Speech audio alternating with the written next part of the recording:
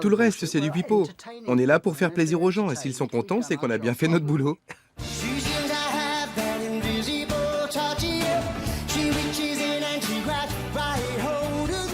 C'était génial d'avoir des tubes.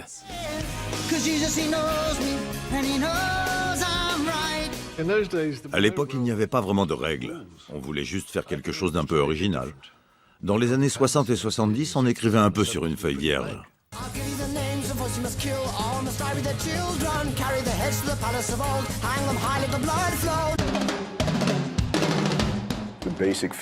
L'esprit était radicalement différent de ce que je connaissais. C'était très british. C'est pas de la country, c'est pas du rock, c'est pas du jazz, c'est du Genesis.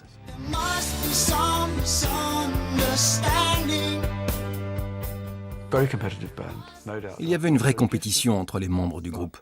Beaucoup de talent, mais le talent, ça se paye. Tout le monde voulait être le chef. Chacun voulait s'imposer.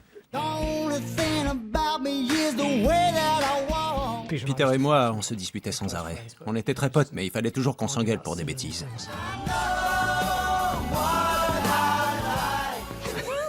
Il était vraiment chiant comme mec. Mais on s'adorait. On était très proches. Ils étaient à l'avant-garde de ce qu'on appelle maintenant le rock progressif. Dans les années 80, c'était l'un des plus grands groupes de pop-rock des deux côtés de l'Atlantique.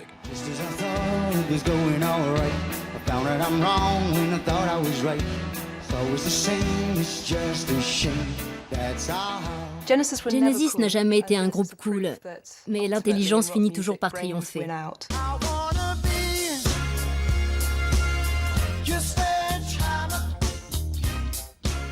Il y a quelque chose dans l'ADN de ce groupe qui fait qu'il reste connecté, même lorsque ses membres partent chacun de leur côté.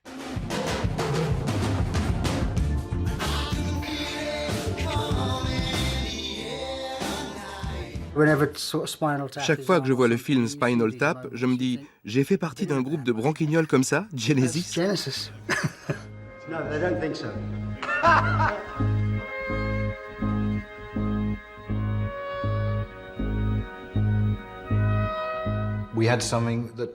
Individuellement, on n'aurait jamais pu faire ce qu'on a fait.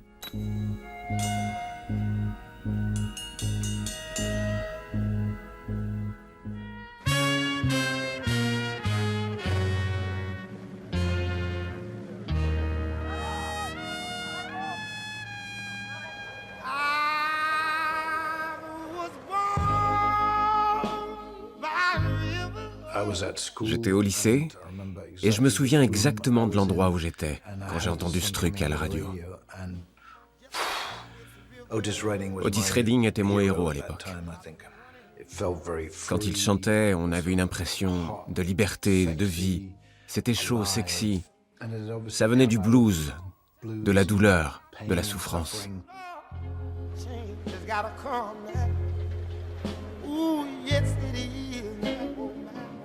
La discipline qu'on leur imposait au lycée leur donnait envie de se rebeller. Il y avait en eux des pulsions révolutionnaires. Malgré les contraintes qui leur étaient imposées dans cette école privée très conservatrice, ils voulaient faire de la musique leur métier. La musique les aidait à tenir au quotidien. Dès le début, les membres de Genesis ont eu envie de créer quelque chose d'ambitieux, de grandiose et d'exubérant pour prendre le contre-pied de leur quotidien. Pour l'enregistrement de la démo, Mike et moi, on a demandé à Tony d'être au clavier. Il nous a dit d'accord à condition que mon pote Peter Gabriel vienne chanter une chanson. On a démarré avec She's Beautiful, un très joli morceau. On s'est un peu imposé, quoi.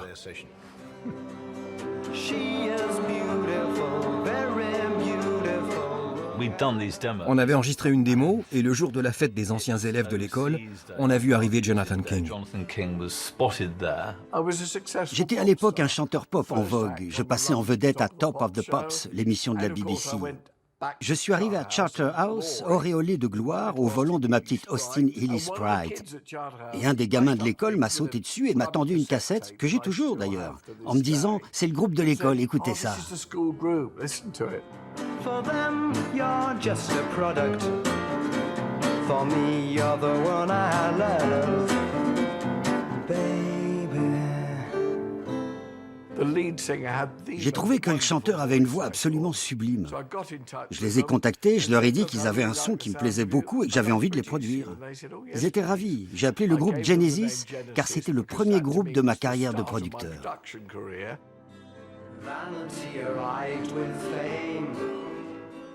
On a enregistré un album, From Genesis to Revelation, que seuls nos amis ont acheté. Manifestement, il ne fallait pas s'attendre à plus. King s'est désintéressé du sujet. On le comprend. Je ne suis pas très bon avec les artistes vraiment créatifs. Je me débrouille mieux avec ceux qui font ce que je leur dis de faire parce que c'est ma sensibilité à moi que je veux faire passer.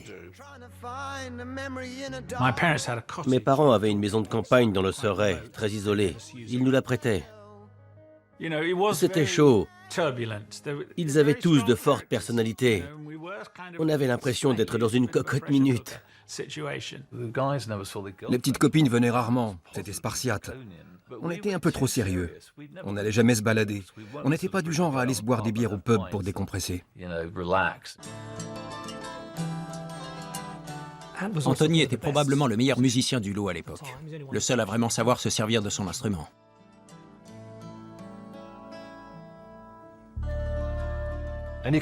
C'est vraiment lui qui m'a guidé. Il m'a appris quelques accords. Au tout début, quand on composait avec Anthony, il y avait 2 guitares, Anthony et moi. Tony était au clavier et Peter jouait aussi un peu de clavier et il chantait.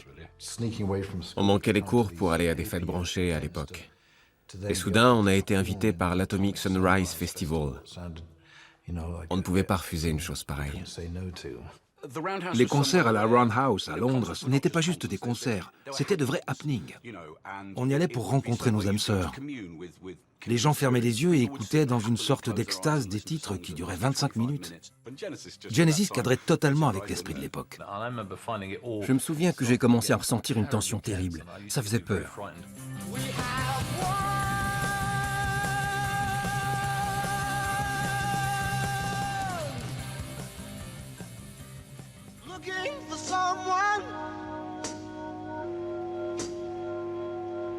I guess I'm doing that. Trying to find a memory in a dark room. Dirty man, you're looking like a Buddha. I heard him say.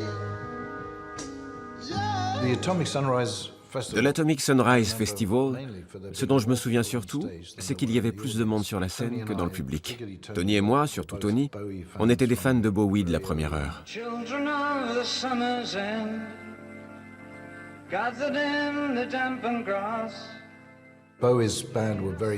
Le groupe de Bowie était très théâtral. C'était pas encore l'époque de Ziggy. On avait l'impression qu'ils avaient fait une descente dans un atelier de costumes. Ensuite, il y a eu le premier album, disons, officiel de Genesis, Trespass. Ils ont commencé à mettre en place un son bien à eux. C'est pas encore ça, mais tout est déjà là, en gestation. Et on y trouve un titre emblématique, The Knife.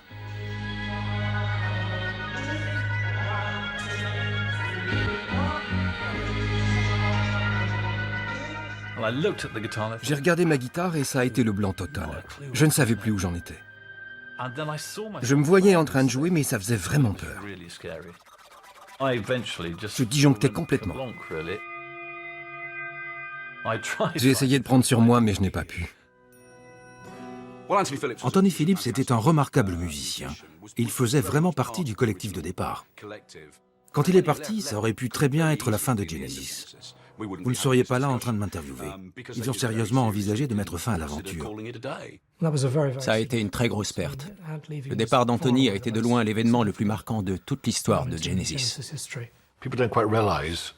On ne se rend pas bien compte de l'importance qu'il avait. C'était vraiment l'élément moteur du groupe. Pour moi, c'était le bon choix. Si je n'étais pas parti, il n'aurait pas fait appel à Phil Collins. Tout ce que je voulais, c'était jouer de la batterie et gagner ma vie en faisant ça. Je ne voulais pas être une star. J'étais un musicien professionnel dans un groupe semi-professionnel. Les autres travaillaient tous dans la journée. J'étais le seul à vivre uniquement des cachets des concerts. Phil débarque à ce moment-là. Son père est dans les assurances. C'est un garçon comme il faut qui vient d'une banlieue tranquille de l'ouest de Londres. Mais c'est aussi quelqu'un de créatif. Sa mère, June, travaillait pour l'école des métiers de la scène de Barbara Speaks. Sa première contribution, ça a été son style incroyablement direct et varié à la batterie. Il peut jouer n'importe quoi. Il peut jouer de la soul, du rock progressif, du jazz, de la fusion. Il peut tout faire. Avec lui, le son du groupe a gagné en confiance. J'avais fait une école du spectacle. J'avais eu une éducation complètement différente. Ma vie avait toujours tourné autour de la musique, tandis que pour eux, c'était un truc à la marge. Il n'y avait pas de cours de guitare à Charterhouse.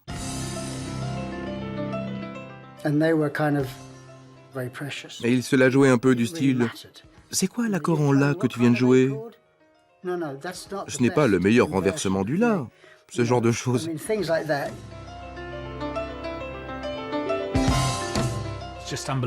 C'était incroyable.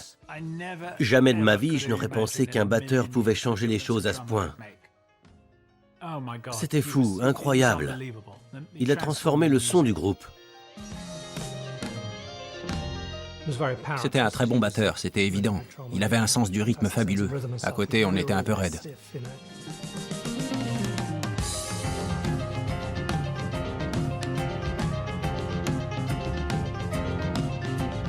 Il comprenait, il sentait les choses, et en plus, j'étais ravi de pouvoir enfin parler à quelqu'un qui savait comment ça se passait dans la vraie vie.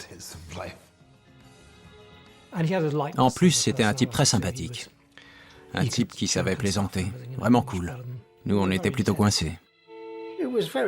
Ça avait un côté incestueux. On était toujours enfermés dans notre bulle, ce qui provoquait pas mal de friction.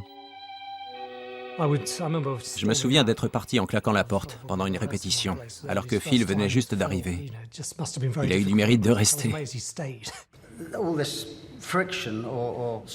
Toutes ces tensions qui bouillonnaient sous la surface finissaient parfois par déborder. Et il y en avait un qui se levait et quittait la pièce. Je ne comprenais rien à ce qui se passait. Ils étaient tous là, à marmonner dans leur coin. Phil se considérait comme un professionnel. Il avait déjà joué avec d'autres musiciens, alors que nous, on était des gamins qui se chamaillaient, comme dans un psychodrame familial. Ils discutaient entre eux avec une réserve toute britannique, typique des garçons élevés dans les public schools. J'imagine que Phil Collins a eu du mal à comprendre comment le groupe fonctionnait. Mais j'imagine aussi qu'il a apporté une bouffée d'air frais. Tout le monde voulait être le chef. Mais c'était marrant. C'était un groupe intello. Personnellement, ça me changeait pas mal des groupes avec lesquels j'avais joué. Pour la première fois, on avait le sentiment qu'on allait pouvoir sortir quelque chose qui avait une certaine force. Jusque-là, les choses avaient été laborieuses. On avait l'impression de grimper une côte, et là, soudain, on abordait la descente. Quel soulagement!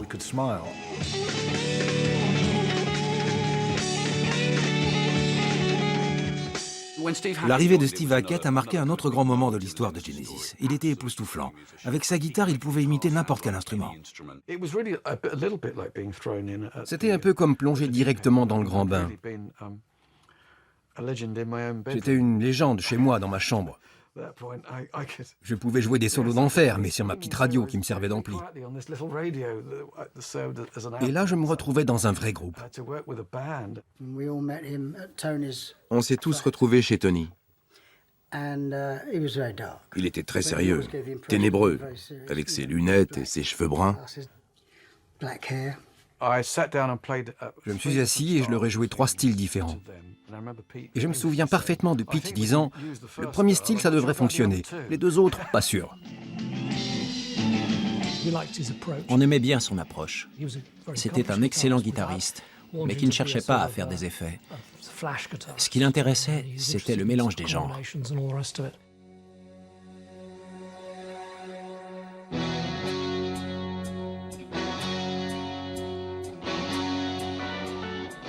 Il se retrouve donc à 5, la formation classique. Steve s'est parfaitement intégré.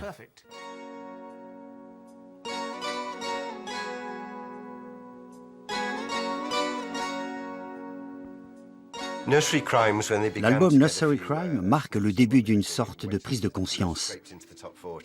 Ils commencent à flirter avec le top 40. On entend bien leur son se mettre en place. À l'époque, on appelait ça du rock progressif et c'était un genre qui n'avait aucune limite. Ils exploraient, repoussaient les frontières pour voir jusqu'où on pouvait aller. Et ils se sont rendus compte qu'ils pouvaient aller très loin. S'il fallait définir le rock progressif pour un extraterrestre qui débarque, je dirais des titres qui durent au moins 20 minutes, qui évoquent les allégories mythiques et des créatures étranges. Plus des musiciens en uniforme dans le cas de Genesis et des alignements de mégalithes. Il y a quelque chose de très très anglais dans la musique de Genesis. C'est l'Angleterre passée à la moulinette du psychédélisme.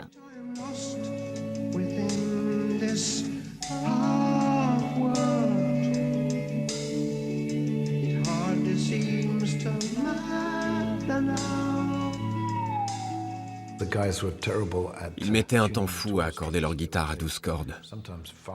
Ça prenait parfois 5 minutes entre deux chansons. Du coup, on regardait le chanteur. Il fallait occuper le public. C'est ce que j'ai fait.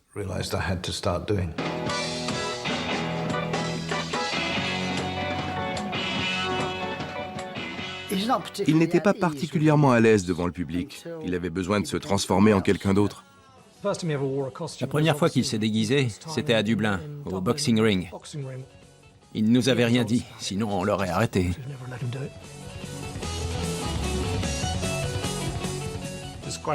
Il y a un long passage instrumental au milieu du morceau, et c'est là que Peter s'est lâché. Il n'en avait pas parlé à Tony Banks, car il savait qu'il n'aurait pas été d'accord. J'avais toujours peur qu'ils se mettent à analyser chaque détail de mon costume, de mon look. Donc, j'arrivais au dernier moment. En douce. En douce. J'arrivais le plus tard possible, au moment où ils étaient occupés à autre chose. Comme ça, je pouvais faire passer mes délires sans qu'ils s'y opposent.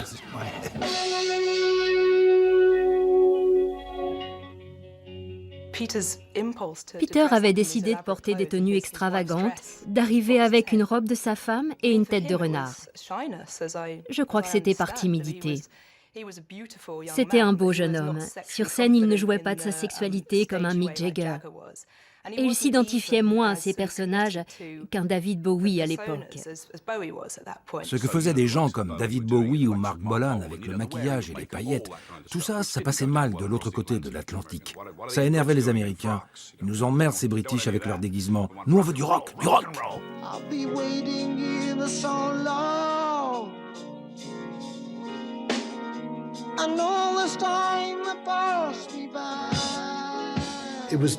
C'était glauque. Il y avait une énergie sombre qui faisait peur et qui choquait. Il n'a pas cherché à faire approuver sa décision par le collectif. Il est passé en force. Je pense que s'il n'avait pas fait ça, Genesis n'aurait pas décollé aussi vite.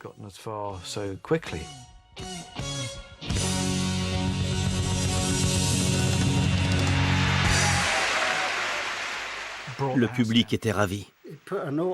Ça a fait exploser nos ventes. Les costumes ne me gênaient pas.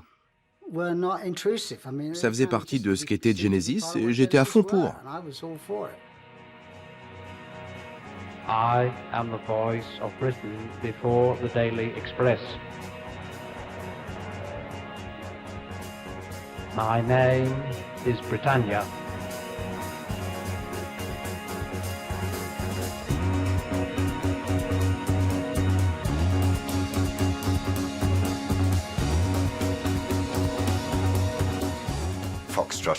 Pour beaucoup de fans, l'album Foxtrot marque le moment où Genesis franchit le mur du son et passe dans une autre dimension. C'est un truc, quand on devient célèbre, on ne s'en rend pas vraiment compte. On est là et on se dit « Ah ouais, il y a tout ça ». On passe au stade au-dessus et on se dit pareil. Avant d'aller à New York, je crois qu'on n'était pas conscient que l'Amérique était si grande et qu'il y avait tant à faire.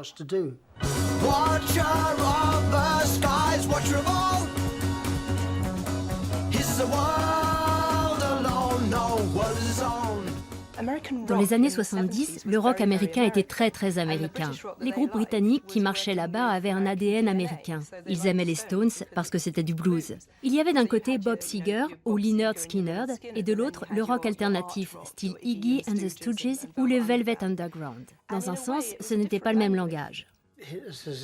C'était un vrai défi, mais ça ne nous impressionnait pas. On était célèbre d'un côté de l'Atlantique, inconnu de l'autre. C'était l'Amérique dont on avait tant entendu parler. Rien que de descendre dans un Holiday Inn, putain, on est dans un Holiday Inn, un vrai Holiday Inn, là où descendaient les rockstars. C'était vraiment une expérience. Je n'ai pas le souvenir de m'être senti blasé ni fatigué. On était en tournée en Amérique, le rêve.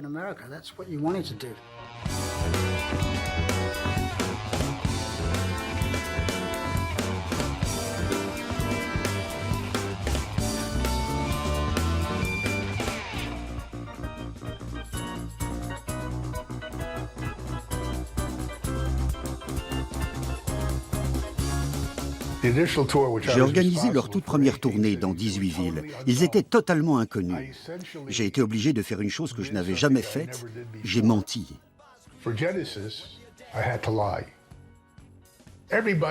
Mais si, tout le monde connaît Genesis, grâce aux imports. Il y a des caisses entières de leurs disques qui arrivent tous les jours de Londres. C'est de l'underground, vous ne vous rendez pas compte. Moi, si, croyez-moi, c'est un groupe qui monte. La première fois que je les ai vus, le public avait l'air en extase. Comme s'il était ailleurs. Le public était transcendé. Franchement. C'était comme une grande messe. C'était très fort, c'était palpable. Moi aussi, j'étais captivé. Les fans de Genesis de la première heure étaient des inconditionnels. Ils vivaient ça comme une expérience émotionnelle quasi religieuse, qui les libérait. La musique a ce pouvoir, surtout à l'époque. Elle vous parle, elle vous touche. C'était le cas du titre « Supper's Ready » qui dure 23 minutes 30, qui était initialement sur la face B et qui représente pour moi la quintessence de la musique de Genesis. Je n'exagère pas. Oui, il y a une dimension spirituelle dans tout ce que je fais. Supper's Ready faisait naître de profonds sentiments auprès du public. On a su l'exploiter et émouvoir même les plus cyniques. Walking across the city wall, I turn the television off. Sitting beside you, I look into your eyes. Ça commençait par une magnifique intro à la guitare de Tony Banks. Et comme il ne jouait pas souvent de la guitare, il en avait choisi une qui avait une drôle de forme et que, personnellement, je n'aurais pas choisi. Finger movement. Un guitariste n'aurait jamais joué là-dessus. Toi, si. Moi, si. Tu n'as jamais été un guitariste, que ce soit clair, tu gratouillais. Les 2 ou 3 premières minutes, c'était juste une suite d'accords que j'avais composés. Je savais que j'allais trouver une mélodie, ça ne m'inquiétait pas. Je crois que quand on a commencé à composer le morceau... C'est reparti. Je savais que ça allait merder. Quand on a commencé à composer le morceau...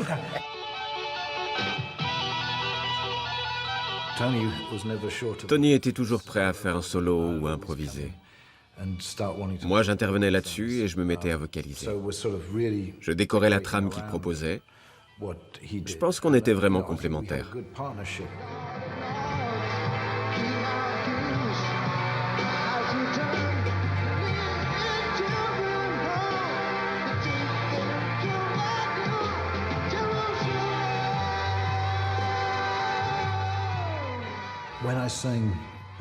Quand je chantais New Jerusalem, je chantais vraiment avec mes tripes. Et je crois que les gens le sentaient. Je n'irais peut-être pas jusqu'à parler de quête spirituelle, mais presque. Ça faisait aussi référence au poème Jérusalem de William Blake. Il y avait un peu de tout ça.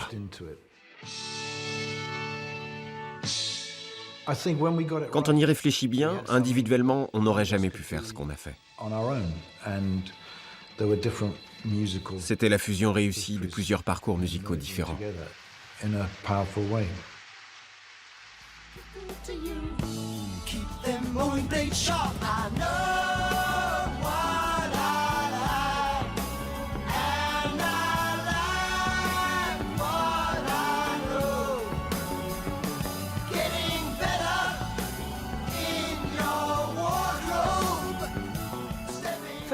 Pour moi, Genesis a vraiment trouvé ses marques quand les mélodies ont commencé à s'affirmer. Si on prend I Know What I Like, par exemple, qui est sur l'album Selling England by the Pound, c'est vraiment de la pop. La structure reste du rock progressif. Ça reste un peu emphatique, un peu long, un peu barré, mais la production est plus pointue. Ils avaient besoin de se présenter sous un jour un peu plus acceptable pour le grand public, et ça a marché.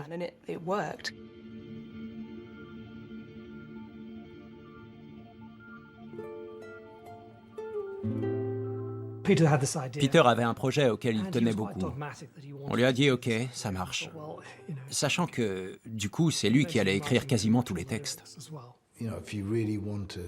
Quand on veut décrire un univers, il faut que ce soit toujours la même personne qui tienne la plume.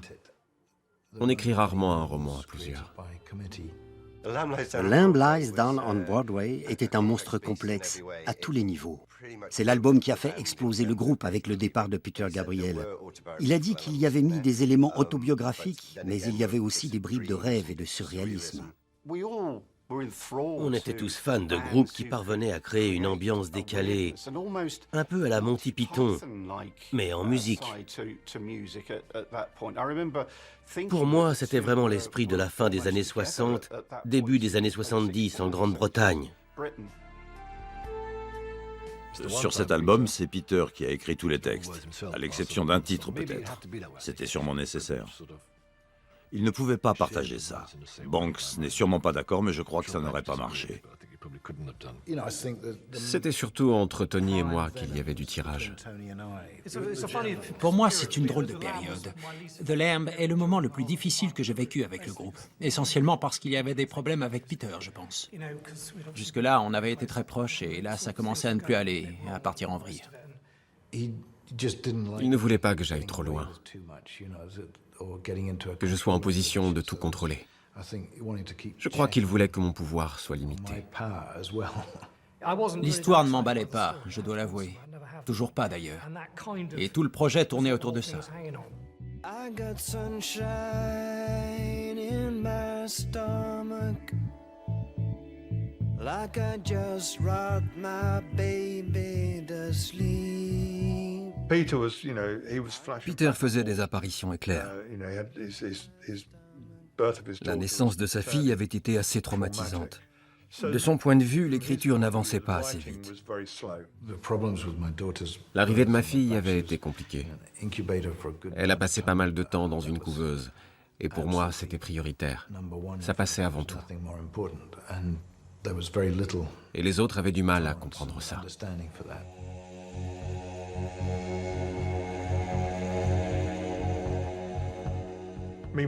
Du coup, l'album était sans cesse retardé. Et finalement, il est sorti pile le jour du premier concert de la tournée.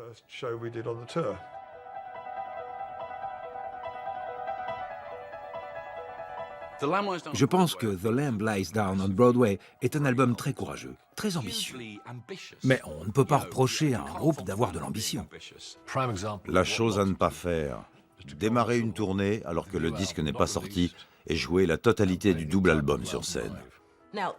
C'était risqué, sachant qu'à l'époque, ils cherchaient à conquérir le public américain. Et ils sont arrivés avec un album concept qui prenait tout le monde à contre-pied.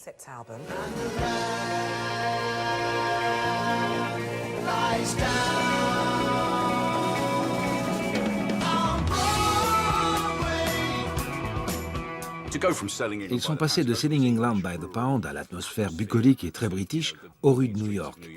C'était hyper courageux. C'est un album que je défendrai toujours. Pour moi, c'est une histoire de pèlerin qui se passe dans les rues de New York. L'histoire d'une petite frappe, Raël, qui entreprend un voyage au terme duquel il se sacrifie pour permettre à un autre d'exister.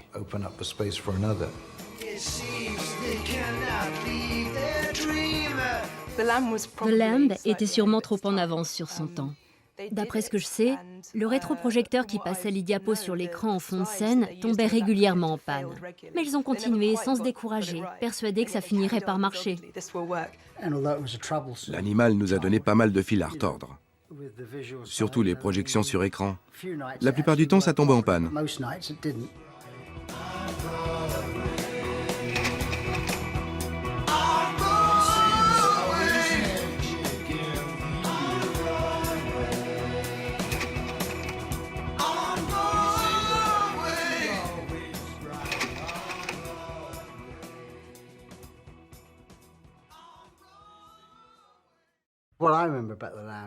Le souvenir que j'ai de cette tournée, c'est que je me fumais un petit joint avant d'entrer en scène, je mettais mon casque et je jouais dans mon petit monde à moi. Tous les soirs, je prenais mon pied. C'était génial.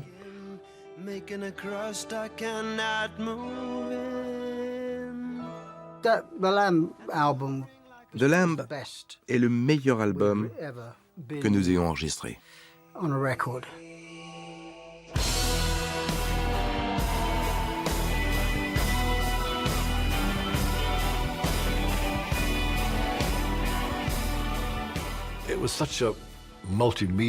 C'était un spectacle multimédia, avec les écrans, les tenues extravagantes de Peter, la musique, une véritable fête d'essence.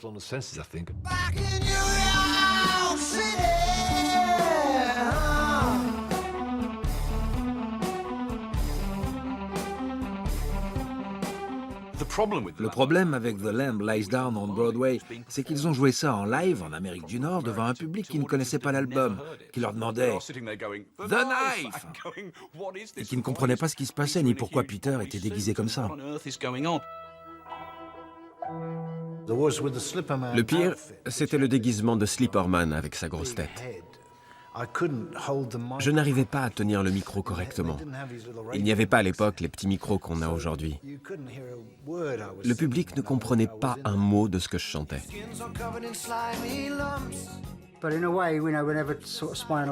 Chaque fois que je vois le film Spinal Tap, je me dis, j'ai fait partie d'un groupe de branquignoles comme ça. Genesis.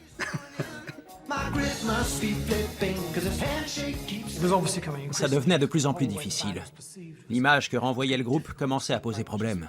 C'était de plus en plus Peter et son groupe, et c'était difficile à gérer pour les autres. Ça créait des jalousies. Oui, bien sûr. On avait 20 ans et quelques, et c'était dur pour nous. Les gens venaient nous voir dans la loge, les mecs de la maison de disques, les organisateurs de la tournée américaine, tout ça. Ils étaient là, ouais, Peter, super concert, génial le coup du masque, les gamins adorent, ils adorent. J'exagère un peu, mais c'était un peu ça.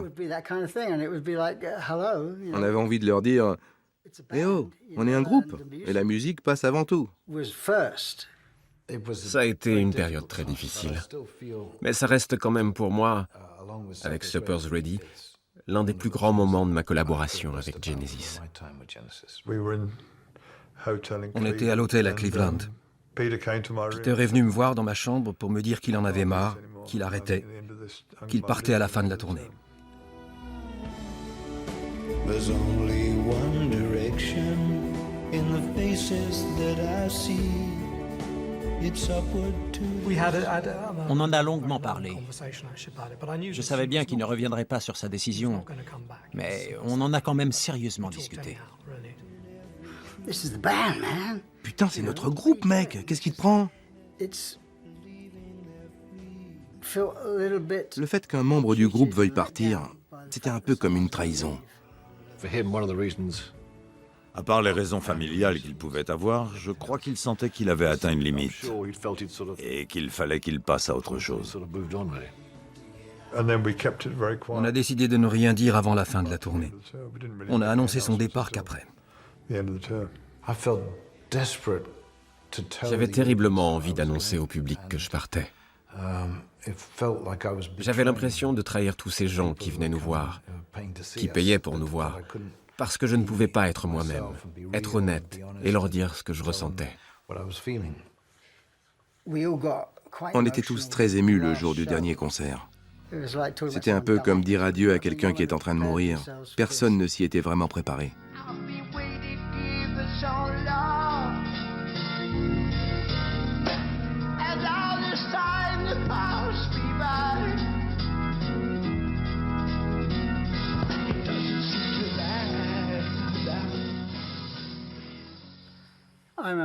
Je me souviens que je me suis dit, merde, qu'est-ce qu'on va faire?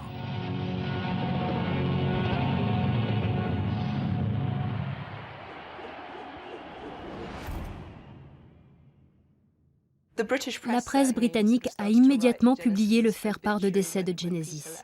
On savait qu'on allait continuer. Alors j'ai dit, et si on faisait la même chose, mais juste en partie instrumentale, comme dans un Bugs Bunny? Le même truc, mais juste instrumental. Ta gueule! Arrête, t'es barge ou quoi? On écrit des chansons, c'est pour qu'elles soient chantées. Ta gueule! Bon, pardon, c'était juste une suggestion.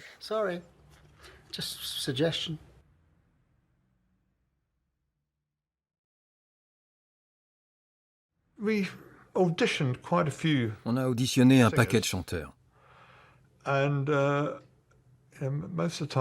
Généralement, Phil leur chantait la chanson avant pour qu'ils voient ce qu'on voulait.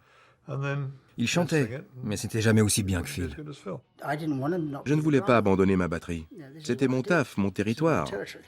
Je ne voulais pas y aller. Non, s'il vous plaît, ne me mettez pas devant avec le micro. Je n'avais pas du tout envie de faire ça. La question était de savoir s'il avait vraiment envie de s'y coller. Pour autant que je me souvienne, on a repassé plusieurs enregistrements des auditions pour voir si, quand même, il n'y avait pas quelqu'un dans le tas. Mais il n'y avait personne.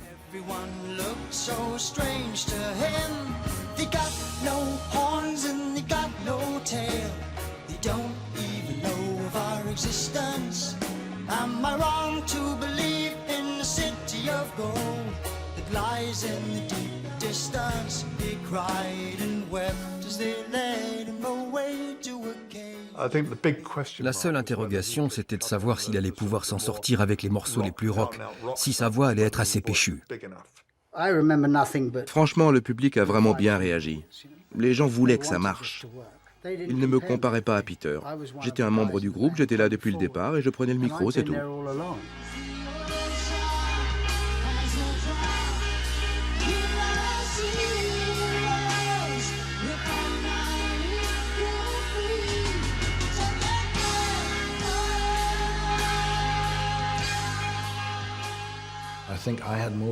Je savais qu'ils s'en sortiraient sans moi. Eux en étaient moins sûrs. Last May, the lead vocalist of the British progressive rock group Genesis left the group. Now, when this happens, the group either breaks up or dies a very slow death. But because of the versatility of each individual in Genesis, they're doing very well. Matter of fact, they seem to be doing better than ever before. I believe it was your quote. I'm going to not give it verbatim, that it was like a very big load off everybody when he finally did leave. Is that true? Yeah, I mean, now it's paying off in a way. I mean, one feels better about it because you've come out from an underdog situation. Ce qui est triste quand quelqu'un part, comme avec Anthony et Peter, c'est qu'on sait qu'on ne sera plus autant proche. On reste en contact, mais il n'y a plus le lien très fort que l'on a quand on partage les choses, comme avec Tony et Phil depuis bien trop longtemps. Way too many years.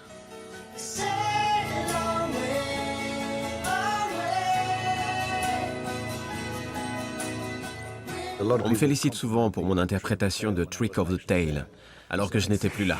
Rattrapé par la gloire. Un grand moment. Le groupe a beaucoup mieux marché sans moi qu'avec moi.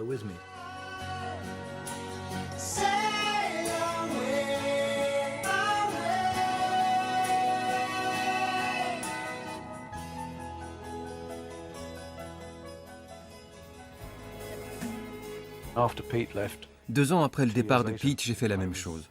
Je n'aime pas en parler, même après toutes ces années. Si j'en parle trop, j'ai l'impression d'être ingrat. Et franchement, je suis très reconnaissant envers un groupe qui m'a tant donné.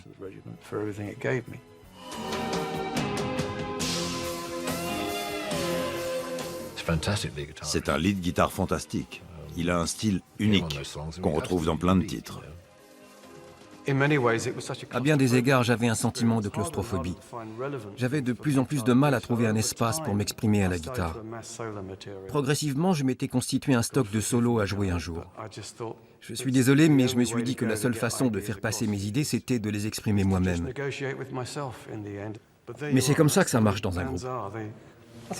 Dans une certaine mesure, c'est vrai. C'était à celui qui criait le plus fort ou qui faisait le plus la tête si on n'utilisait pas ses contributions. Et c'était souvent moi qui gagnais, plus que les autres. Le résultat est à mettre à mon crédit ou à mon discrédit. On a pensé chercher quelqu'un d'autre, mais je crois qu'on s'est dit qu'on était bien tous les trois, qu'on était soudés, qu'on constituait un collectif qui fonctionnait bien et que faire venir quelqu'un d'autre, ça aurait pu marcher, mais c'était pas impératif. You have your special way of holding my hand, keep it way, but the water don't ever. Entre-temps, la scène musicale avait beaucoup changé. On ne s'en était pas vraiment rendu compte, car on passait l'essentiel de notre temps en Amérique. Mais c'était l'époque de la musique punk et bon nombre des groupes qu'on connaissait avaient disparu. Si Genesis avait soudain décidé de jouer comme The Jam ou Johnny Rotten, je ne pense pas que ça aurait marché.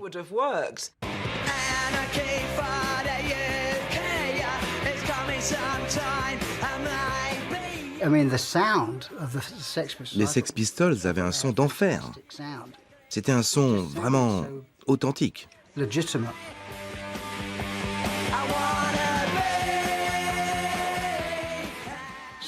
J'aimais bien. Et puis je me suis rendu compte que pour eux, l'ennemi, c'était nous. C'est nous qu'ils cherchaient à abattre.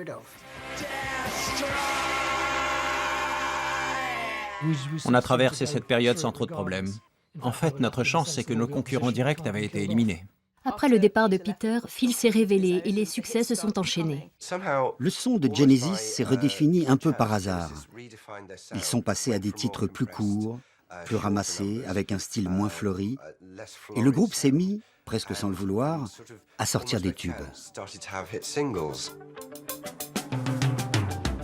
On a eu de la chance avec le disque And Then There Were Three, qui s'est vendu encore mieux que les albums précédents.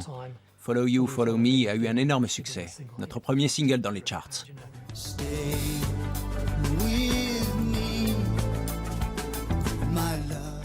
Follow You, Follow Me a sans doute été un exercice intéressant pour le groupe. Ils ont dû se dire, bon, on fait comment pour faire un tube ? Et soudain, ce groupe plutôt branché mec intello vous sort le slow de l'année qui passe en boîte le samedi soir. C'est Mike qui, le premier, s'est lancé dans la chanson d'amour. Le nombre de nos fans a doublé du jour au lendemain. Les femmes se sont mises à nous écouter.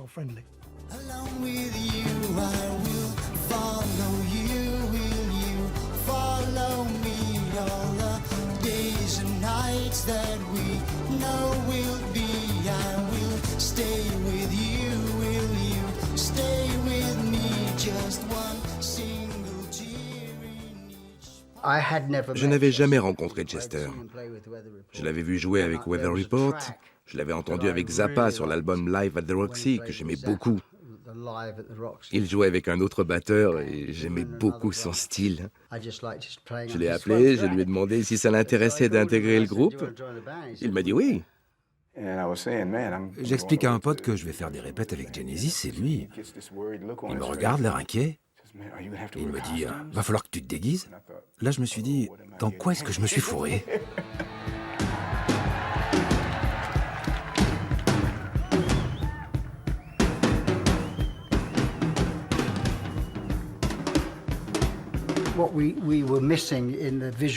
On avait perdu le côté visuel avec Peter et ses tenues improbables, mais on dévoilait une nouvelle facette. 2 batteurs sur une même scène, jouant ensemble. Ça avait de la gueule. Je crois qu'on a pas mal d'éteint l'un sur l'autre. J'ai pris un peu de mordant dans ma façon de jouer. Et j'ai l'impression qu'il est devenu un peu plus funky au fil des ans.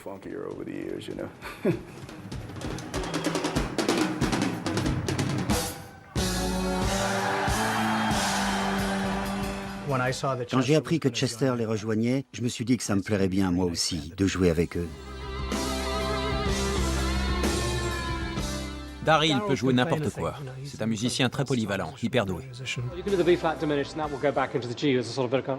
We have to get the end of Firth Fifth. I mean, we're going to leave that till another point. Il s'adapte parfaitement au style de chaque morceau. Pour Firth of Fifth, par exemple, Steve jouait un solo de guitare. Il avait une façon assez raide de jouer, surtout à l'époque. Ce solo est essentiellement une ligne mélodique sur laquelle le guitariste improvise un peu.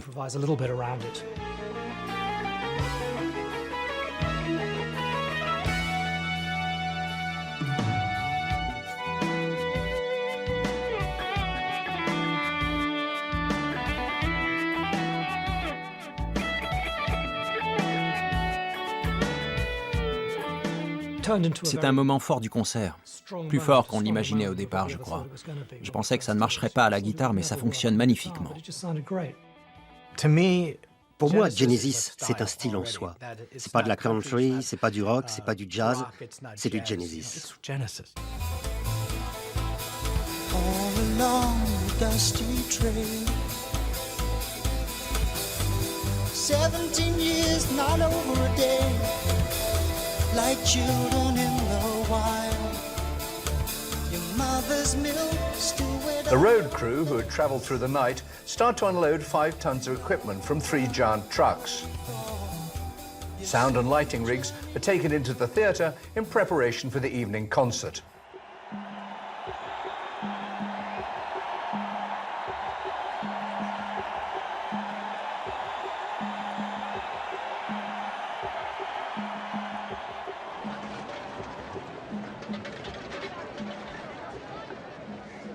Come here so early as to meet the band. Get the autographs. Yeah, get the autographs. Got quite you can tell who the real fans are. Okay, cheers. Yeah, I think Genesis, they cover a wide range of musical taste. The earlier material as well. Which will appeal to far more people than, say, just heavy metal bands. And Genesis appeals to basically everyone. What about your mates? I get a lot of slagging off because of Genesis. They're not a Vogue band to like. Franchement, je ne comprends pas les gens qui vous disent « J'écoute Genesis, mais il ne faut pas le dire ». Qu'est-ce que c'est que cette histoire? C'est mélodique, ça ne heurte personne. C'est de la bonne musique. Il n'y a pas de honte à aimer Genesis. Personnellement, j'assume, j'en suis fier. Je n'ai pas peur de le dire. Je n'ai pas eu à réunir toute ma petite famille pour lui dire « Écoutez, j'ai un truc à vous avouer. Je suis fan de Genesis. » J'assume les critiques, mais franchement, je ne vois pas le problème. C'est une idée reçue bien ancrée dans les mentalités britanniques. Quand un groupe fait des tubes, c'est qu'il est sur le déclin.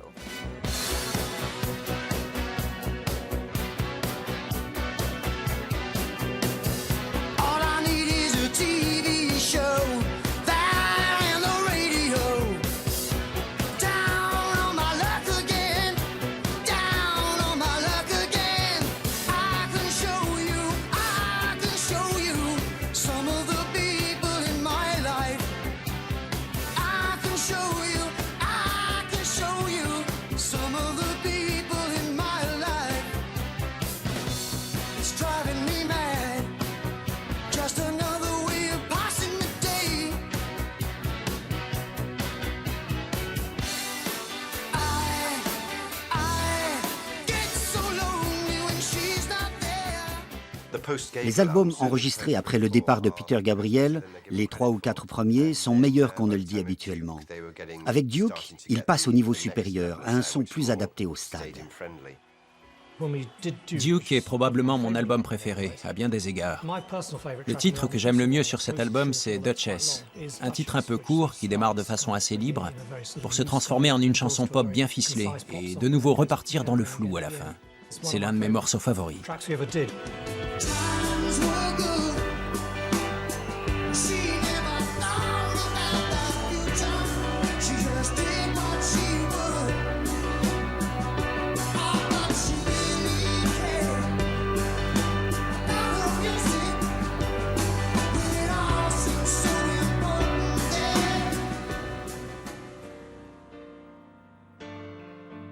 When my marriage broke up, Quand j'ai divorcé et que je me suis retrouvé seul, je passais ma vie au pub du coin. C'était le point central de ma vie sociale. Quand je rentrais chez moi, je me mettais au piano et je composais des chansons. Des chansons tristes, très souvent.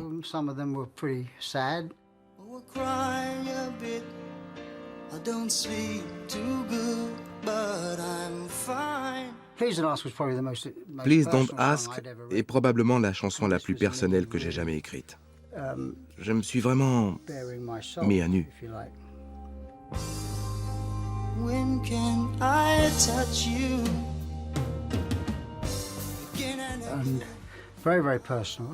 C'était très, très personnel. Et je me suis dit, je ne vais quand même pas chanter ça sur un disque de Genesis. Les gens qui achètent des disques de Genesis, ça ne va pas les toucher. Il a fallu attendre qu'il trouve sa voix pour écrire des textes vraiment bons, après son divorce notamment. Il avait le temps et il s'est mis à écrire. J'ai joué ce que j'avais composé devant Mike et Tony, et je leur ai dit, voilà, vous prenez là-dedans ce que vous voulez. On a vraiment aimé Please Don't Ask. Il nous a joué ça, plus quelques autres trucs du même genre. Si on lui avait dit qu'on prenait tout, il aurait dit OK. Ça se passait comme ça. C'était tout pour le groupe. On a également retenu Misunderstanding, après l'avoir entendu plusieurs fois. Ça nous avait beaucoup plu.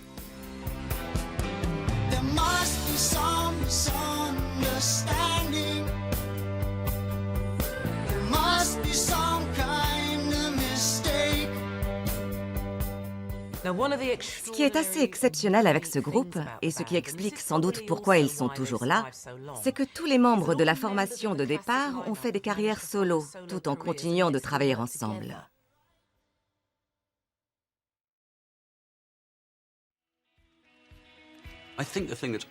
On ne dira jamais assez que Peter Gabriel était et est toujours un fabuleux chanteur. Sa voix a toujours été très particulière. Son premier album solo était très intéressant. On y trouve un tube comme Salisbury Hill, qui est très novateur. Climbing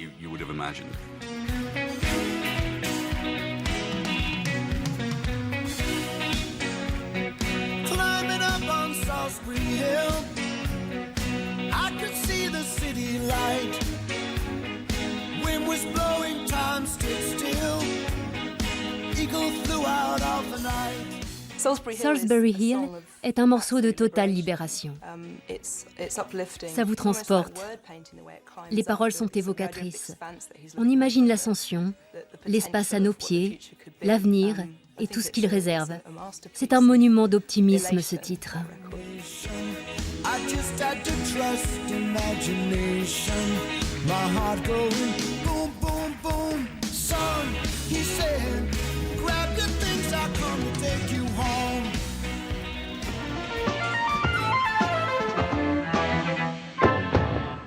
Hello, Peter Gabriel made his name in the rock world in the early 70s as a singer, songwriter, and often wildly theatrical performer with the rock band Genesis. He left them in 1975. And since then, he's built a new reputation as a thoughtful solo artist who takes immense care in writing and producing his own material. His highly acclaimed third album placed him at the forefront of one of the most significant recent developments in rock, the increasing use of synthesizers and sophisticated electronic technology. Hans plays with Lottie, Lottie plays with Jane, Jane plays with Willie. Peter n'avait pas de groupe au moment de l'enregistrement de son troisième album. Je lui ai donc dit, écoute, je suis libre. Je venais de traverser une période difficile affectivement. Je lui ai proposé mes services comme batteur. Et Peter m'a dit, ok, mais je ne veux pas de cymbales. Ce qui n'est pas facile pour un batteur. Je fais quoi avec cette main? On a donc installé la batterie de manière à ce que les tomes cachent les cymbales, au cas où je n'aurais pas pu résister.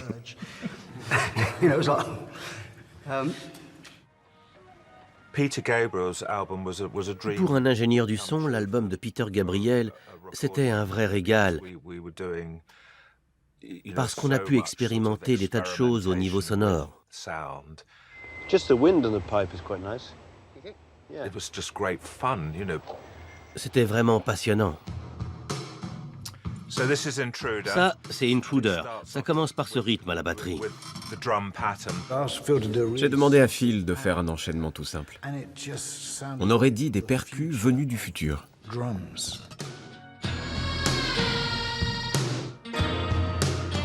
Ça m'a vraiment impressionné. Du coup, j'ai décidé de retirer tout ce qu'il y avait autour pour qu'il ne reste que ça, comme motif central.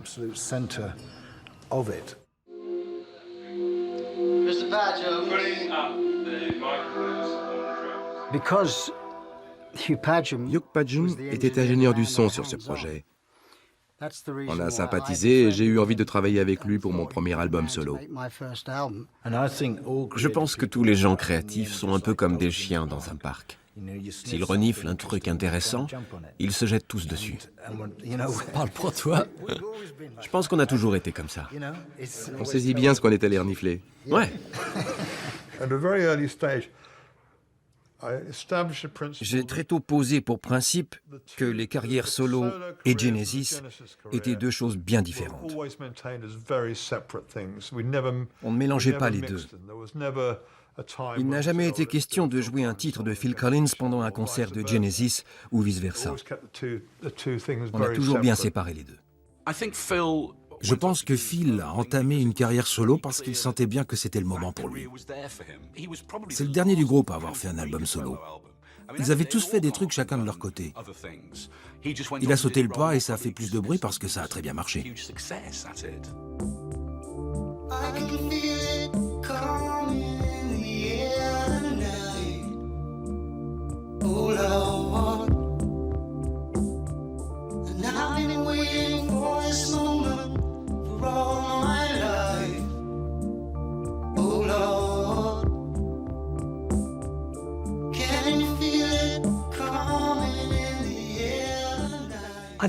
C'est peut-être aussi bien qu'on n'ait pas fait ce titre.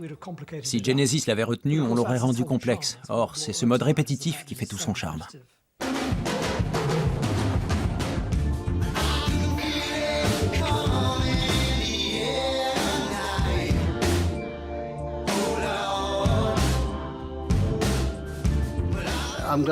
Je suis ravi qu'il ne l'ait pas utilisé. Du coup, j'étais livré à moi-même pour les autres morceaux aussi. Tony Banks affirme que je ne lui ai pas joué In the Air Tonight, mais c'est faux. Il ne me l'a pas proposé. On peut dire ce qu'on veut. Je ne me rappelle plus quand j'ai joué In the Air Tonight. J'en étais très fier et je ne vois pas pourquoi je ne l'aurais pas proposé. Je n'avais pas encore enregistré mon disque et je n'avais aucune idée de ce que ça allait donner. À la suite de son divorce, Phil Collins s'est mis à écrire des chansons d'amour, initialement dans le cadre de sa carrière solo, mais il y avait manifestement des passerelles entre les deux univers. C'était comme une sorte de confession.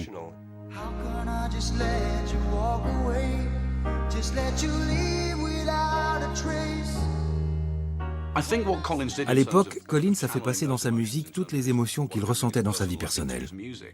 Et c'est quelque chose que Genesis n'avait jamais fait auparavant, pour autant que je sache. Il était extrêmement sentimental, ce qui n'est pas vraiment dans nos traditions britanniques, où il n'est pas d'usage de montrer ses émotions. C'est un peu le maître de la comédie romantique, non? Il a écrit des chansons extrêmement sentimentales. Quand j'étais petite, dans les années 80, je l'imaginais comme le beau héros qui pose son pot de peinture, se met au piano et vous chante une belle chanson d'amour.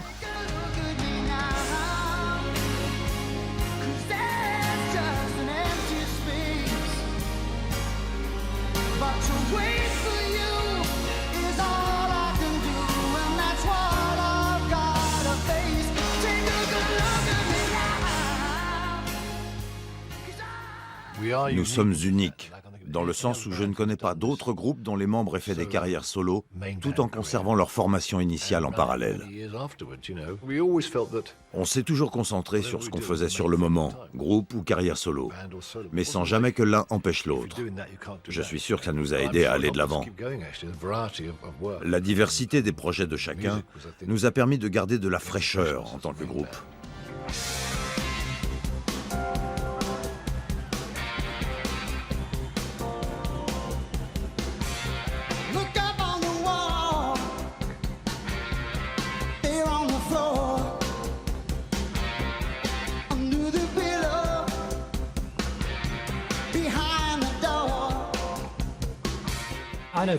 Je sais que pour certaines personnes, Abacab est notre meilleur album. On a essayé d'y mettre quelques morceaux un peu cérébraux, quelques titres un peu longs, des choses qui étaient, disons, un peu moins prévisibles.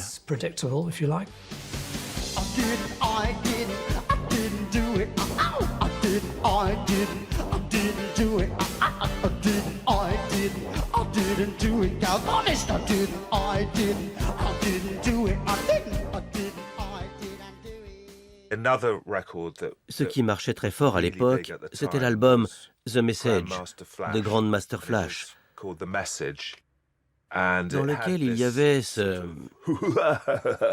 une sorte de rire.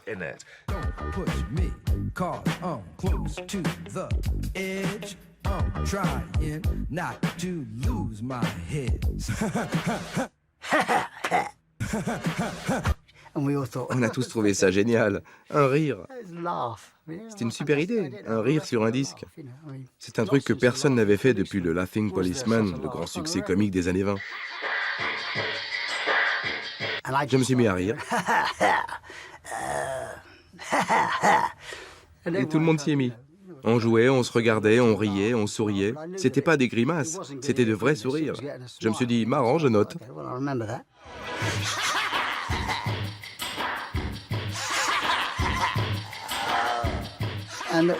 On a improvisé les paroles de Mama. J'ai fait un peu mon John Lennon. On perçoit l'ombre de Lennon comme en écho. Bebop Lula, une sorte de compression, un peu comme une chanson de Lennon.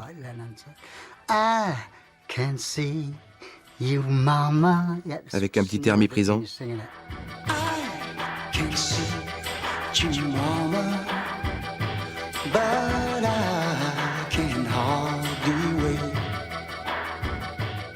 But I can hardly wait. Oh, to touch.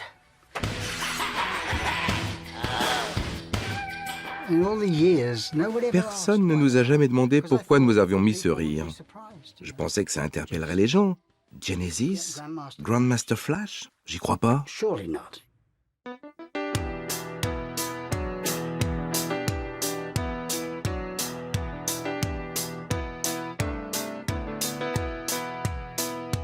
Just as I thought it was going all right, I found out I'm wrong when I thought I was right.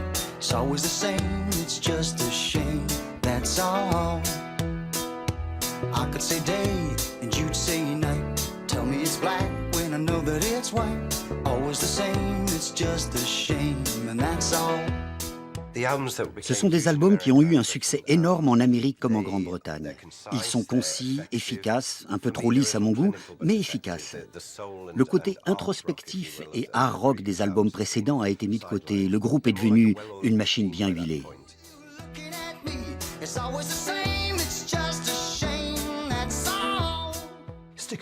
On avait fait le tour de la question. Franchement, c'était génial d'avoir des tubes.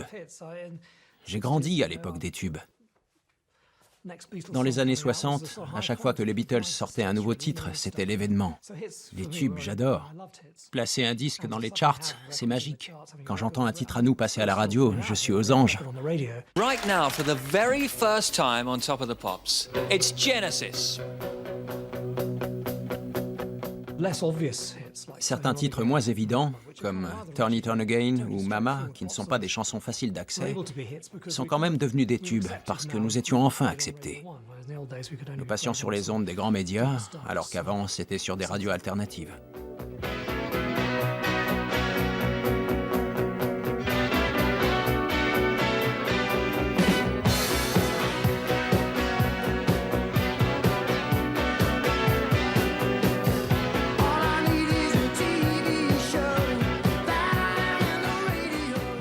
Hi, I'm Phil Collins.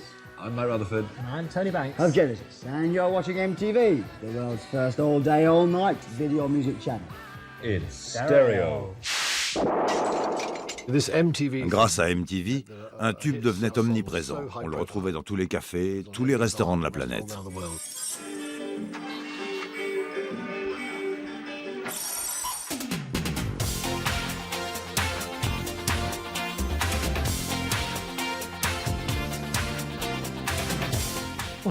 Quand on a sorti Invisible Touch, on s'est tout d'un coup retrouvé en tête des charts aux États-Unis. C'était extraordinaire. C'est peut-être à cause de la façon dont les Américains établissent leur classement, mais 5 ou 6 titres de l'album tournaient en permanence à la radio et figuraient dans les meilleures ventes. On nous passait partout. Autant de titres, autant de tubes.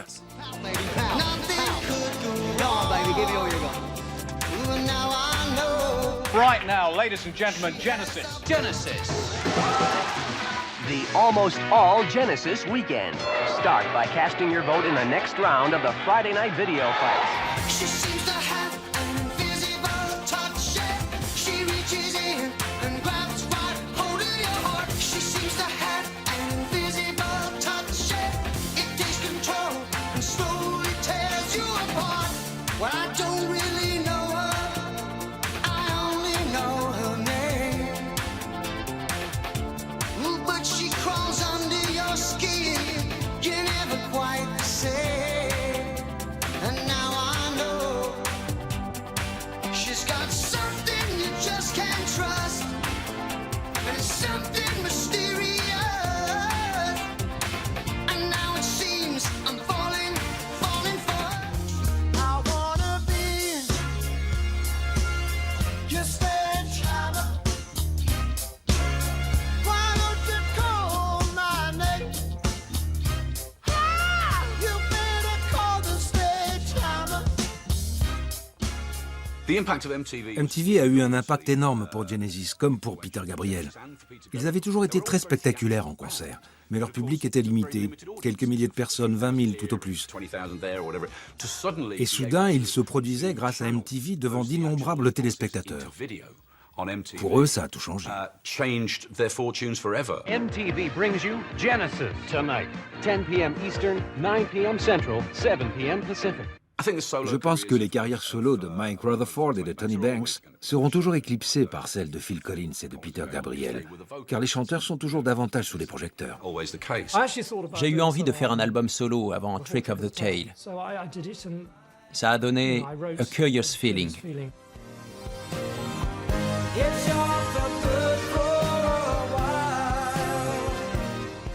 Honnêtement, j'espérais que ça marcherait mieux que ça. Mais il a quand même été dans le top 20. Pas si mal.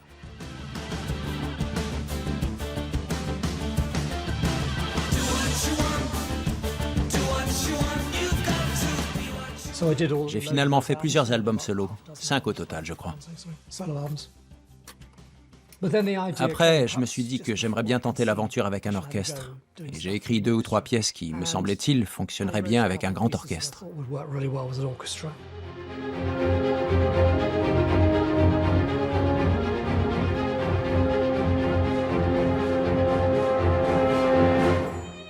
Et j'ai eu quelques très bonnes critiques, y compris dans les milieux de la musique classique. La plupart du temps, ces gens-là ne veulent pas entendre parler de musiciens issus du rock qui tentent leur chance dans le classique. C'est un sacrilège.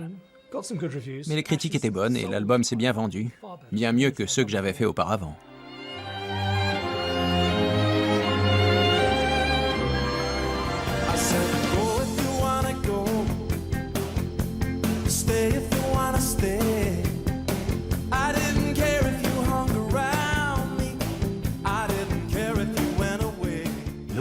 Pour faire une carrière solo, il faut pouvoir chanter. Sinon, c'est difficile. J'ai pu le constater.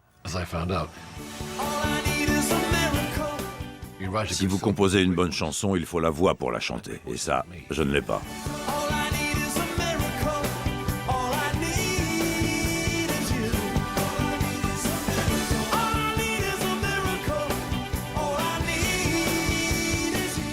Fastest rising hit in Britain and the States, written by Scotland's B.A. Robertson and Mike Rutherford of Genesis. It's called The Living Years, from Mike and the Mechanics.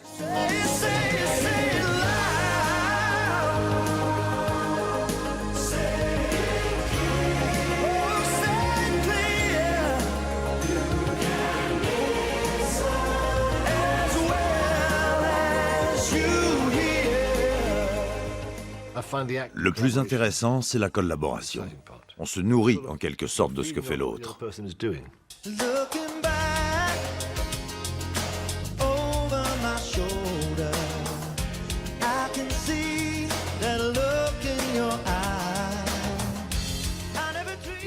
Même si j'avais eu une bonne voix, je pense que j'aurais continué à écrire des textes pour d'autres. Ça me plaît.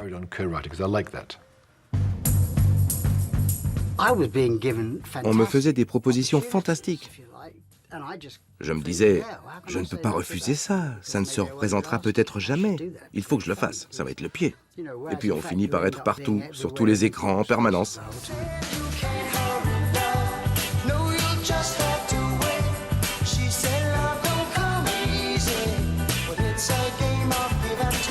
Ladies and gentlemen, Phil Collins.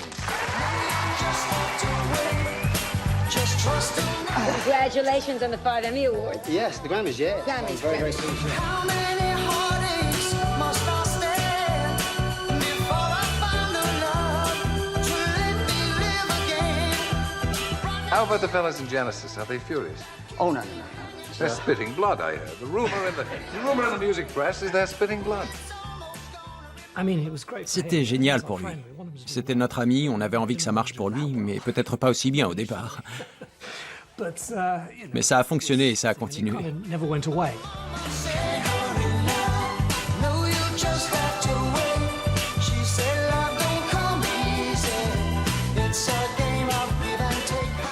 Pendant une quinzaine d'années, on l'a vu partout.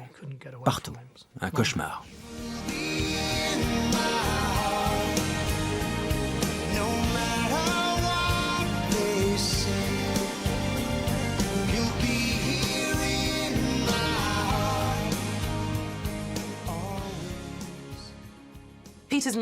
Peter Gabriel a changé de style après avoir quitté Genesis parce qu'il n'était plus dans la bulle du groupe.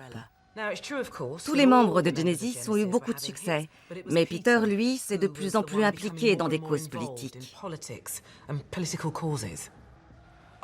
Je pense que l'action politique de Peter Gabriel est quelque chose de très important. Et je crois qu'il a vraiment précédé la vague. Il était toujours au courant de ce qui se passait.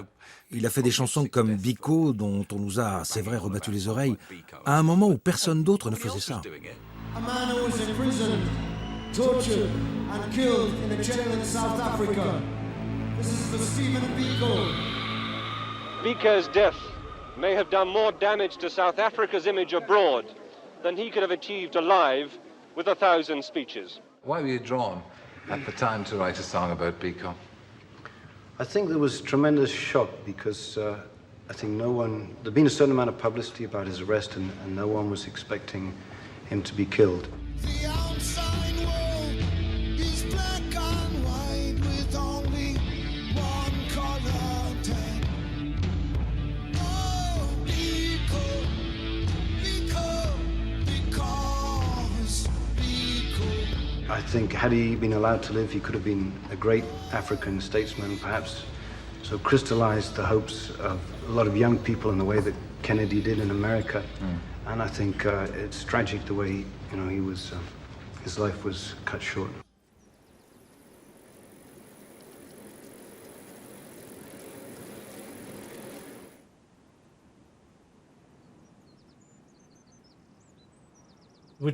Ça faisait des années qu'on rêvait d'avoir notre propre studio.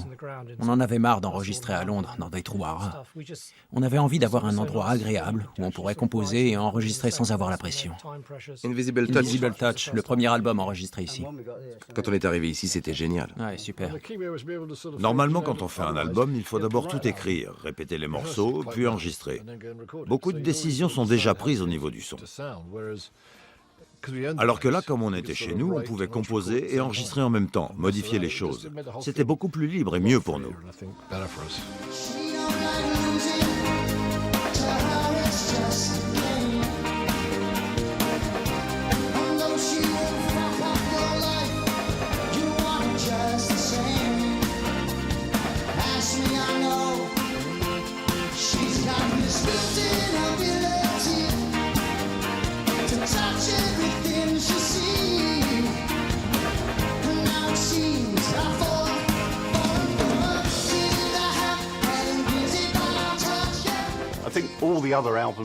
Je pense que tous les autres albums de l'époque faisaient un peu du surplace.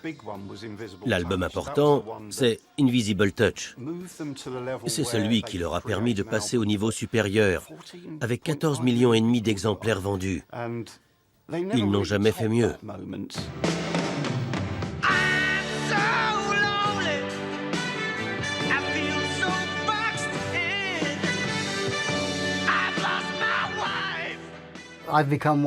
Dans les années 80, j'ai fait partie des gens à cause desquels on a pu ne pas aimer les années 80.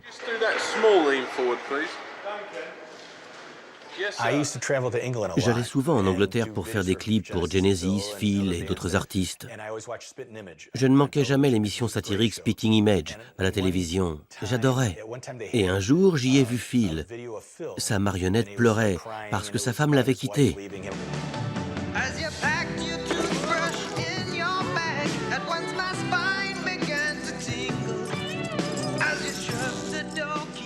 Je me suis dit, c'est vraiment cool, ils ont une marionnette Phil Collins. Ça m'a donné l'idée de faire un clip de Genesis en me servant aussi de marionnettes.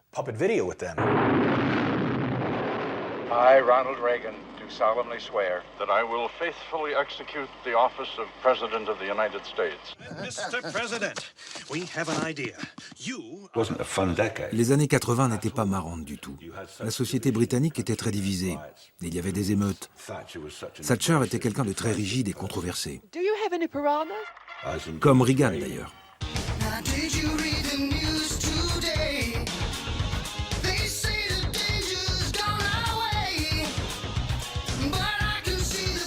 Song that is the nearest I've ever come to actually making an out in the open statement. I normally make little comments about things in a subtle sort of an aside way. It's really about how we live in a very nice world and what a mess we're making of it, and how it should all be so easy and how it's all so difficult. It's a kind of 80s protest song. This is a time, this is a place, so we look for the future. Malheureusement, les marionnettes sont plutôt plus présentables que ceux qu'elles caricaturent. J'espère que Phil va mieux que sa marionnette.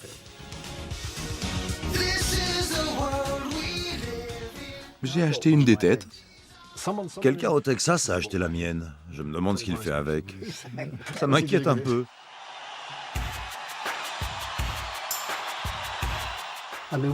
On est un groupe connu. Il n'y a rien de mal à ça. On l'est devenu encore plus à ce moment-là. Je n'en tire aucune gloire, mais je n'en ai pas honte non plus.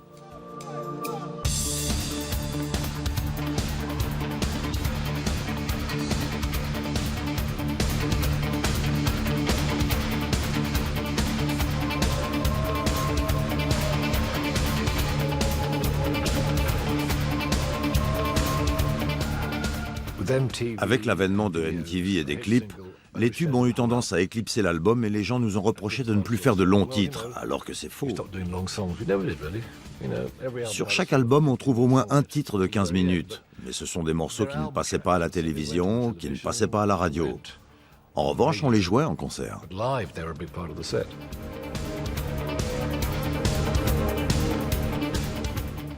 J'ai toujours été persuadé que les longs morceaux plaisaient au public. D'abord parce que ce sont de bons morceaux musicalement, et ensuite parce qu'on pouvait les accompagner d'un jeu de scène et de lumière.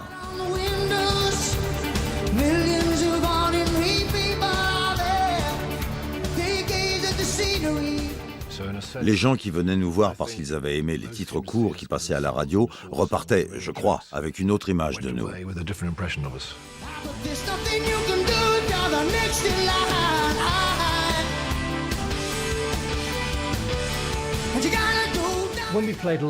En concert, les morceaux qui sortent vraiment du lot, ce sont des titres comme Domino ou Home by the Sea, qui sont des classiques de cette période.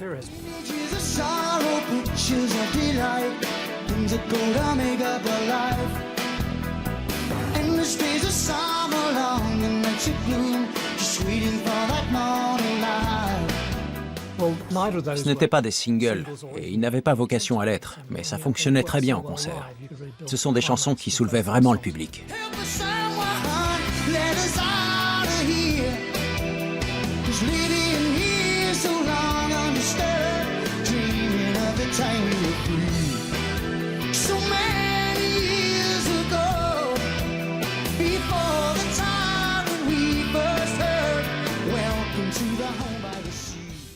C'était génial, mais on savait bien que ça ne pouvait pas durer.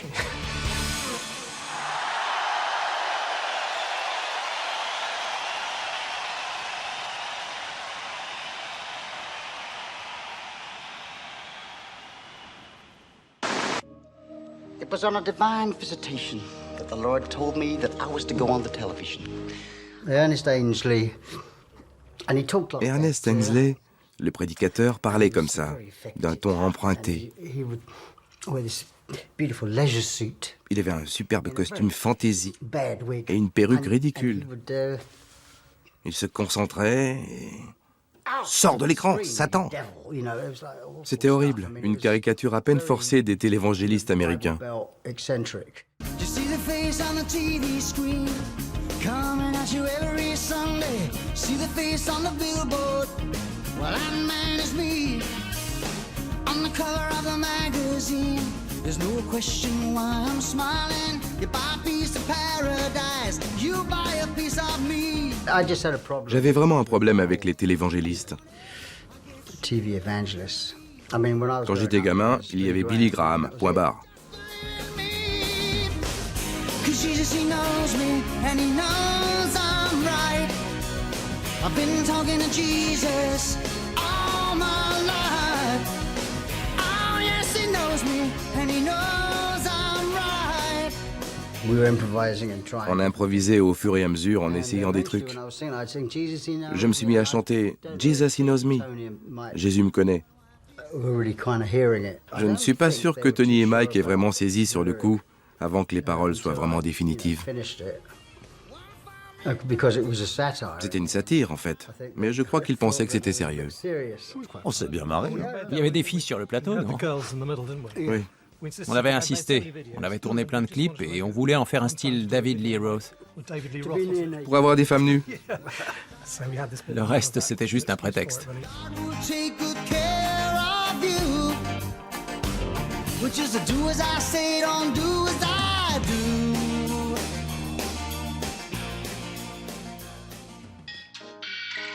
Tony grooving on this road here, which sounds great. Can't remember quite when we started writing. Je ne me souviens plus exactement quand on a commencé à écrire les paroles de Weekend Dance, mais ça a été rapide. On a écrit les paroles d'une traite sans s'arrêter. On n'y a pas passé des semaines. To write We Can't Dance. But I wrote a lot of lyrics. J'ai écrit une bonne partie du texte de Weekend Dance. And I think I was allowed to do that. J'ai eu le droit. Car en fait, je joue toujours troisième I ligne. still played third in line. It's less lyrics. That's all right, you know. Somewhere in there, I feel rather than come back to a vocal. I don't know where, but If you don't want me to sing, George, I won't sing. you could do. If you want me to sing, I'll sing. If you don't want me to sing, I won't sing. Je reste le petit nouveau, même aujourd'hui. Étonnant, non? Amazing, isn't it?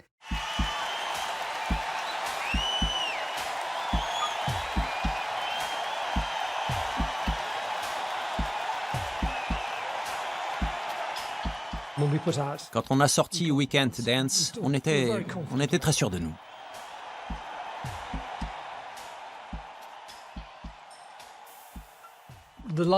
La chanson parle de notre façon un peu spéciale de marcher, et je me suis dit qu'on pourrait peut-être chanter le refrain en marchant comme ça.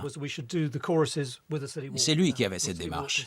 Il mimait ce pas glissé qu'on vous apprend apparemment dans les écoles de music hall. Oui, j'ai suivi un cours d'art dramatique. De seconde zone. On repère tout de suite les gens qui ne devraient jamais danser. Ils bougent toujours le pied et la main du même côté. J'ai toujours trouvé ça marrant.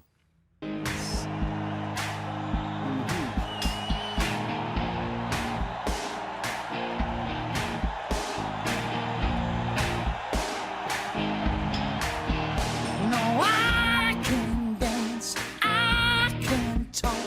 The only thing about me is the way I walk. No, I can dance, I can sing. I'm just standing there selling everything. Et bien sûr, ça a marché. L'album s'est bien vendu.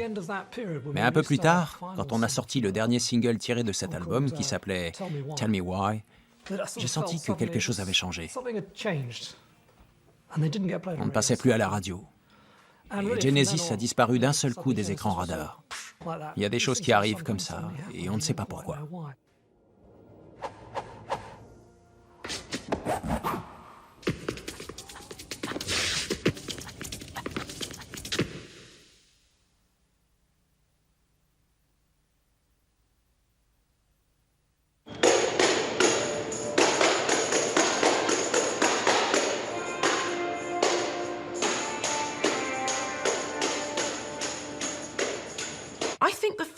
Je crois que les fans pensaient vraiment que Genesis c'était fini. Ça a vraiment été une surprise quand ils ont annoncé en 2006 qu'ils reformaient le groupe pour une dernière tournée. Moi, en tout cas, je ne m'y attendais pas. Et en fait, quel que soit votre âge, votre couleur de peau ou votre sexe, il y a forcément quelque chose qui vous plaît chez Genesis. Have you been waiting long? We've been waiting for you. 15 years. Darling. C'est un groupe qui a traversé tant d'époques différentes dans l'histoire du rock britannique, et il est toujours là. Ils ont bien senti qu'ensemble, ils arrivaient à faire des choses bien supérieures à ce qu'ils faisaient individuellement.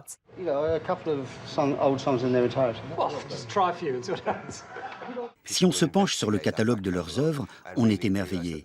Il y a là-dedans des choses magiques, artistiques, intelligentes, des choses comme on voudrait en entendre plus souvent. On est toujours en train de se plaindre où est l'art, où est l'intelligence, où est l'ambition dans la musique simpliste actuelle. Tout est là.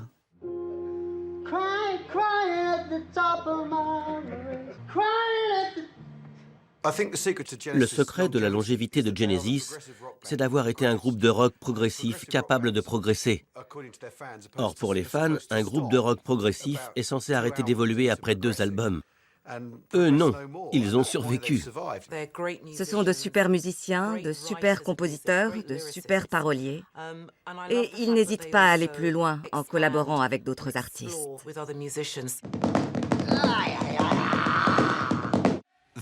Ils ont eu un succès énorme dans les années 70 en tant que groupe de rock progressif, puis dans les années 80 en tant que groupe pop-rock.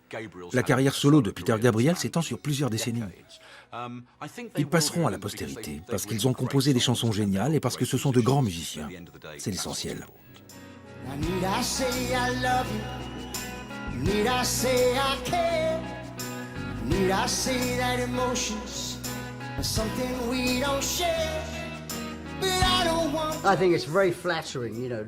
Quand les gens vous disent que vous êtes un peu la bande-son de leur vie, c'est très flatteur. Ils vous disent « J'ai grandi avec votre musique et vous occupez une place importante dans mon existence. » Pour quelqu'un qui écrit des chansons, c'est un immense compliment. Ça vous fait presque oublier les mauvais moments. On ne peut pas faire éternellement la même chose. Je ne pense pas. Si nous avons duré aussi longtemps, c'est parce que nous avons eu la chance de pouvoir changer un peu à chaque étape.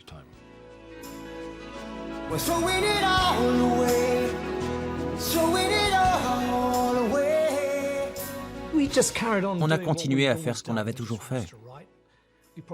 On s'est amélioré avec le temps sur les titres plus courts, c'est certain. Mais on a toujours aimé mettre des trucs un peu plus cérébraux, des titres un peu longs, un peu moins prévisibles, si vous voulez. Mais c'est difficile de savoir. On fait ce qu'on a envie de faire avec les gens qui vous entourent à un moment donné.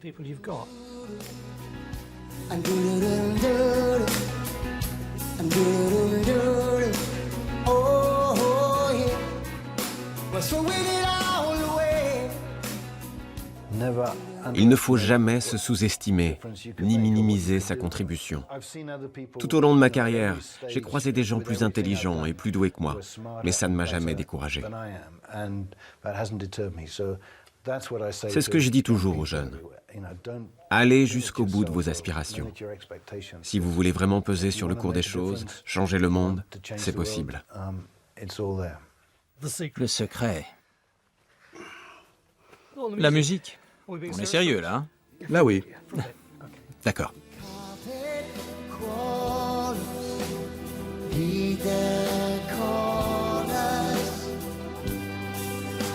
We've gotta get in together.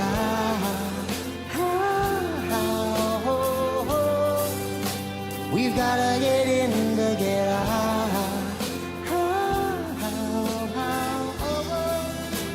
We've gotta get in together.